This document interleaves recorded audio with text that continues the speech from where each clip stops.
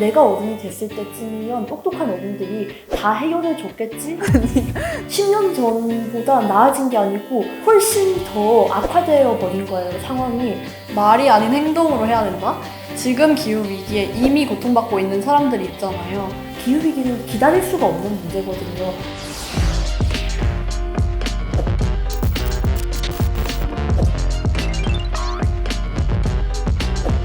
행동하는 청소년들의 지금 아니면 언제?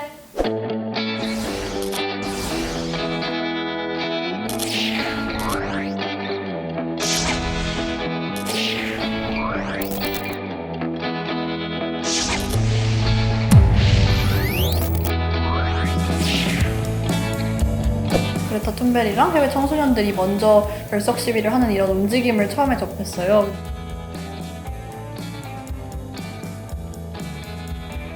기후변화를 가지고 왜 정부에다 항의를 하고 시위를 하지? 근데 정말 찾아보면 찾아볼수록 학교에서 배워온 거랑은 너무 차원과 그 층위가 다른 문제인 거예요. 내가 텀블러 쓰고 뭐 전기 절약하고 작게 실천을 하다 보면은 내가 어른이 됐을 때쯤이면 똑똑한 어른들이 다 해결해 줬겠지? 라는 생각을 했던 것 같아요. 근데 10년 전보다 나아진 게 아니고 훨씬 더 악화되어 버린 거예요, 상황이. 아, 더 이상 어른들이 문제를 해결해 주기만을 기다릴 수 없겠구나. 당장 내가 할 수 있는 걸 찾아야겠다라고 생각을 하게 됐고 청소년 기후 행동을 알게 된 거예요. 저희가 3월 13일에 처음으로 정부랑 국회를 대상으로 헌법 소원을 청구를 했어요.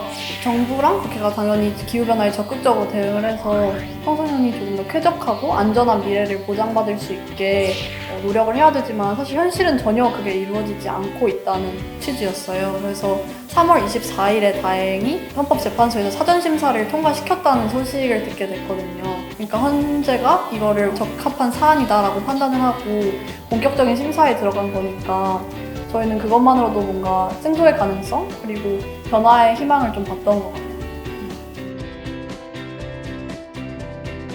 저는 말이 아닌 행동으로 해야 된다? 어떻게 보면 되게 단순한 이게 되게 저한테는 절실했는데요. 일부 정책 결정권자들의 호의로 일시적인 자리가 한번 만들어지고 끝나는 형태는 너무 아쉬웠어요. 그래서 우리의 미래를 결정하는 자리에는 청소년들이 정책 결정권자들과 함께 그 테이블에 앉아 있을 수 있어야 되고 적극적인 의견을 반영시킬 수 있어야 되는 건데 우리는 기약 없이 거리에서 외치고 그게 정책 결정권자의 귀에 들어가기만을 바라야 하는 그런 상황이 되게 아쉬웠어요. 그래서 시민사회의 움직임을 따라오는 게 아니고 조금 멀리 보고 그런 기후위기라는 문제를 해결하기 위해서 이끌어 가실 수 있었으면 좋겠어요.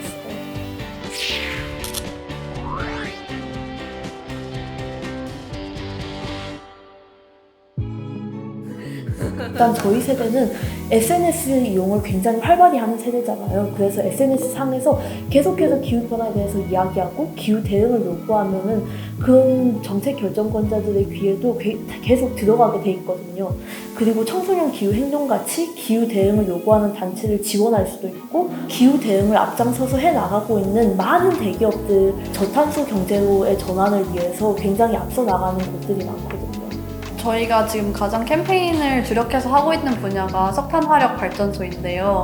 우리가 쓰는 전기의 대부분이 석탄을 태워서 석탄 화력 발전소에서 생산을 하고 있는데 우리가 아무리 전기를 아껴봤자 발전소에서 정말 어마어마한 양의 온실가스를 내뿜으면 결국 우리의 개인적 실천이 무력해질 수밖에 없는 거잖아요.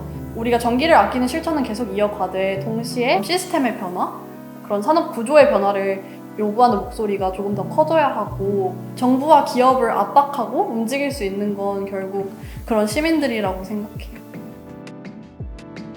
2015년에 대한민국이 파리 협정에서 약속한 1.5도 이하로 지구온도 상승을 낮춰보자라는 목표를 이대로라면 2030년이 되기도 전에 1.5도 상승이 이루어져 버릴 거예요. 그런데 2030년 전에 상승이 이루어지지 않도록 하려면 지금 당장 정책과 법이 바뀌어야 하거든요. 많은 어른들이 굳이 그냥 지금은 학업에만 집중을 하고 나중에 공부를 많이 해서 훌륭한 어른이 된 다음에 그런 걸 하면 안 되겠냐고 말씀하시는데 기후위기는 기다릴 수가 없는 문제거든요.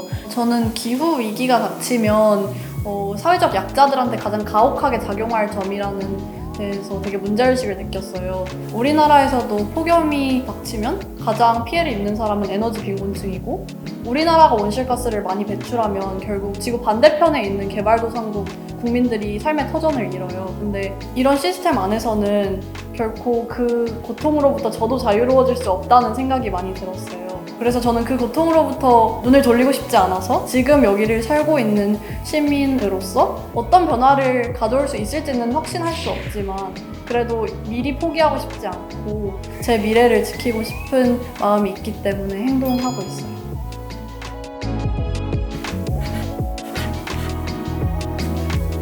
지금 김도현은 변화의 시작점이 될 목소리를 냅니다. 지금 김유진은 참여합니다.